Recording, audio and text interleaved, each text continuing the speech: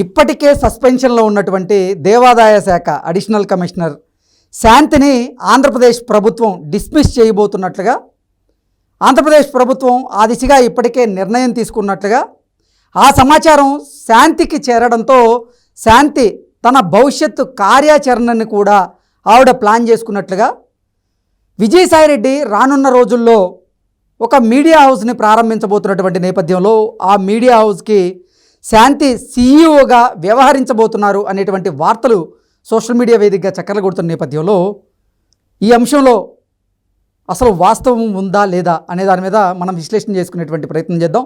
ప్రస్తుతం మనతో పాటు ఉన్నారు ప్రముఖ రాజకీయ విశ్లేషకులు, ప్రముఖ సీనియర్ జర్నలిస్ట్ సిఎస్ రావు గారు. సార్తో మాట్లాడదాం. Sir hi sir. హలో. శాంతిని సస్పెండ్ చేశారు ఇప్పటికే ఆంధ్రప్రదేశ్ ప్రభుత్వ అధికారులు. శాంతిని త్వరలో డిస్మిస్ చేయబోతున్నట్లుగా ఆంధ్రప్రదేశ్ ప్రభుత్వం ఆ రకంగా నిర్ణయం తీసుకున్నట్లుగా, ఆ సమాచారం శాంతికి చేరడంతో ఆవిడ భవిష్యత్ ప్రణాళికలను కూడా సిద్ధం చేసుకున్నట్లుగా సమాచారం వస్తుంది. అందులో భాగంగానే విజయసాయిరెడ్డి మీడియా హౌస్కి శాంతి సీఈఓగా వ్యవహరించే లాగా ఉన్నారు అంటూ కొన్ని వార్తలు అయితే వస్తూ ఉన్నాయి. వీటిని ఎలా చూడాలి సార్? సో ఒకటేంటంటే ఇప్పుడు శాంతి అలాగే సాయిరెడ్డి వ్యవహారం కానీ ఇవన్నీ కూడా ప్రైవేటు వ్యవహారాలు. సో వాళ్ళ ప్రైవేటు జీవితానికి సంబంధించినటువంటి అంశాల కింద మనం తీసుకోవాలి. అయితే అనివార్యంగా ఏంటంటే వీళ్ళ రిలేషన్ గురించి కానీ వీటి గురించి ప్రస్తావించుకోవాల్సిన పరిస్థితి ఏర్పడింది. కారణం ఏంటంటే శాంతి భర్త ఎవరైతే ఉన్నారో మదన్ మోహన్, ఆయన ఈ మొత్తం ఎపిసోడ్ని బయటికి తీశాడు. సో బయట తీసినటువంటి క్రమంలో ఆయన ప్రెస్ మీట్ పెట్టాడు. అసలు ఏం జరిగింది అనే దాని మీద ఎంక్వైరీ చేసినప్పుడు వాళ్ళ ప్రైవేట్ జీవితాల్లోకి మనం వెళ్లకుండా కనుక విశ్లేషణ చేసుకుంటే ఆవిడ దేవాదాయ శాఖ అడిషనల్ కమిషనర్. దేవాదాయ శాఖ అంటేనే ఒక పవిత్రమైనటువంటి ఒక డిపార్ట్మెంట్గా చూస్తూ ఉంటారు, భావన అలా ఉంటుంది. అలాంటి దానికి కమిషనర్ ఆవిడ. ఆమె చేసింది ఏంటి? ఆవిడ సరే ప్రైవేట్ జీవితాన్ని ఆవిడ చేశారు, అదంతా ఒక పార్ట్. అయితే అక్కడ విజయసాయిరెడ్డి అనేటువంటి ఒక ఎంపీని, వైఎస్ఆర్ కాంగ్రెస్ పార్టీకి సంబంధించినటువంటి నెంబర్ 2 పొజిషన్లో ఉండేటువంటి అతన్ని ఉపయోగించుకొని, లేదా ఆమెను ఉపయోగించుకొని ప్రజాస్వామ్యం దోచారు. అది ఇష్యూ. ఎలా ప్రజాస్వామ్యం దోచారు అనే దాని మీద ఆంధ్రప్రదేశ్ ప్రభుత్వం విచారణకు ఆదేశించింది, నివేదిక కూడా తెప్పించుకుంది. విశాఖపట్నంలో భూములు, అలాగే విజయవాడలో ఆస్తులు, అవన్నీ తీస్తున్నారు. ప్రాథమికంగా వచ్చినటువంటి ఇన్ఫర్మేషన్ ఏంటంటే దేవాదాయ శాఖకు సంబంధించినటువంటి షాపులు కానీ, ఈ దుకాణాలు లీజులకి ఇవ్వడం కానీ, తర్వాత దేవాదాయ శాఖకు సంబంధించిన భూములను లీజుకి ఇవ్వడం కానీ, ఇవన్నీ కూడా బయటకు వచ్చాయి. అంటే నిబంధనలకు విరుద్ధంగా అక్కడ ఎక్కువ రేటు ఉంటే తక్కువ రేటుకి లీజులు ఇవ్వటం, ఇవన్నీ కూడా చేశారు ఆవిడ. చేసి దానికి ప్రతిఫలంగా ఖచ్చితంగా ఏదో ఒకటి ఉంటుంది కదా, ఉండకుండా అయితే చేయరు కదా ఇలాంటివన్నీ కూడా. సో ఆవిడ సుమారుగా ఒక 100 కోట్ల రూపాయలు పైగా సంపాదించింది అనేది ఆవిడ మీద ఉన్నటువంటి ఆరోపణ. దాని మీద విచారణ చేసి ఫుల్ పేజ్డ్ ఇన్ఫర్మేషన్ తీస్తూ ఉన్నారు ఇప్పుడు ఉన్నటువంటి ప్రభుత్వం. దేవాదాయ శాఖ మంత్రిగా ఎవరున్నారు? నారాయణ రెడ్డి. నారాయణ రెడ్డి కొన్ని సూచాయిగా ప్రెస్ మీట్ పెట్టి కూడా అనౌన్స్ చేశారు. నారాయణ రెడ్డి దేవాదాయ శాఖ మంత్రి, ఆయన ప్రెస్ మీట్ పెట్టి ఆల్రెడీ అనౌన్స్ చేశారు ఈ శాంతికి సంబంధించినటువంటి అక్రమాలు ఎక్కడెక్కడ చేసింది ఆవిడ, ఇవన్నీ కూడా చేశారు. సరే ఎట్టగలుగా ఆవిడనైతే సస్పెండ్ చేశారు, ప్రాథమికంగా సస్పెండ్ చేశారు. అయితే ప్రాథమికంగా సస్పెండ్ చేయడంతో ఆవిడకి పనిష్మెంట్ సరిపోతుందా అని అంటే, ఆవిడ చేసినవి చాలా ఉన్నాయని చెప్పి ఇప్పుడు ఇన్వెస్టిగేషన్లో శాఖాపరమైనటువంటి విచారణ జరుగుతుంది. దాని మీద ప్రాథమిక నివేదిక కూడా గవర్నమెంట్కి ఇచ్చారు. దాని ప్రకారం ఆవిడ చాలా చేశారు, ఆవిడని డిస్మిస్ చేయాలి అనేటువంటిది ఒక ఆలోచన ఇప్పుడు చేస్తున్నారు. అసలు ఆవిడ రిక్రూట్మెంటే తప్పని, ఆవిడ రిక్రూట్మెంటే ఆ రోజున ఏపీపీఎస్సికి సంబంధించినటువంటి కార్యదర్శిగా పిఎస్ఆర్ ఆంజనేయులు ఉన్నాడు. అప్పుడు గౌతమ్ సవాంగ్ చైర్మన్గా ఉన్నారు ఏపీపీఎస్సికి. అప్పుడు జరిగినటువంటి ఏపీపీఎస్సి గ్రూప్ 1 గ్రూప్ 2 ఎగ్జామ్స్లో అవకతవకలు జరిగినాయి. ఆ పేపర్ కరెక్షన్లో కూడా 2 సార్లు కరెక్షన్ చేస్తే 2 రకాలుగా మార్కులు వచ్చినాయి. ఆ జాబితాలో ఈయన కూడా ఉన్నారు అనేది కూడా ఒక ఆరోపణ ఉంది.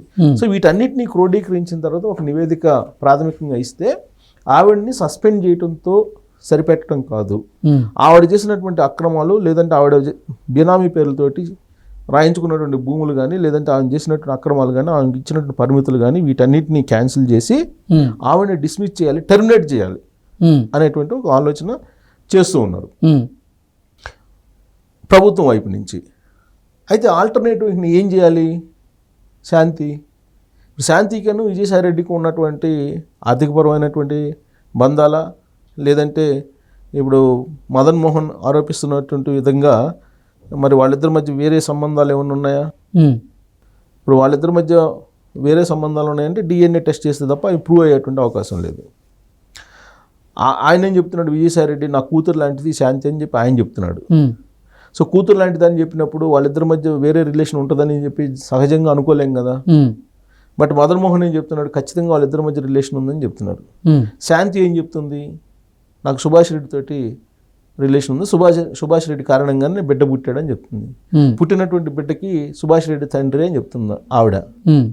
ఒక సినిమాలో డైలాగ్ ఉంది, తల్లి నిజం తండ్రి నమ్మకం అని. తల్లి నిజం తండ్రి నమ్మకం అంటారు సినిమా డైలాగ్. అలాగే ఇప్పుడు శాంతి ఒక తల్లిగా ఆవిడ చెప్తుంది, ఏం చెప్తుంది, ఆ బిడ్డ తన బిడ్డ అని చెప్తుంది. ఎవరికి పుట్టాడని అంటే సుభాష్ రెడ్డికి పుట్టాడని చెప్పి చెబుతుంది ఆవిడ. మరి అది ప్రూవ్ చేయాల్సింది ఎవరు? ఇక్కడ ఉండే సమాజం, వ్యవస్థలు ప్రూవ్ చేయాలి. ఆ వ్యవస్థలను అడుగుతున్నాడు మదన్ మోహన్, మీరు ప్రూవ్ చేయండి అని. సో ఆ బిడ్డకి తండ్రి ఎవరు అనేది ఖచ్చితంగా చెప్పాలి కదా. ఈ సమాజానికి బాధ్యత ఉంది కదా, ఈ వ్యవస్థలకు బాధ్యత ఉంది కదా. అది చెప్పట్లా. ఈలోపు ఈ విచారణ అంతా పూర్తయింది శాంతి మీద. సో శాంతిని డిస్మిస్ చేయాలని అనేటువంటి ఒక నిర్ణయానికి ప్రాథమికంగా ప్రభుత్వం వచ్చిందని తెలుస్తుంది.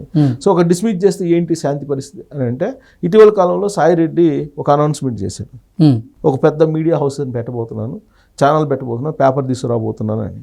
దానికి శాంతిని సీఈఓగా చేయాలనేటువంటి ఒక ప్రతిపాదన ఏదో వచ్చింది. అందుకే మదన్ మోహన్ ఇప్పుడు కొంచెం ఇంతకు ముందులాగా కాకుండా దూకుడుగా వ్యవహరించడం లేదు. శాంతి అంటే తనకి బాగా ఇష్టం అని చెప్పి మదన్ మోహన్ చెప్తున్నాడు. తన భార్యను వదిలిపెట్టి నేను ఉండలేనని కూడా ఆయన చెప్తున్నాడు. సో దీనికి పరిష్కారం ఏంటి?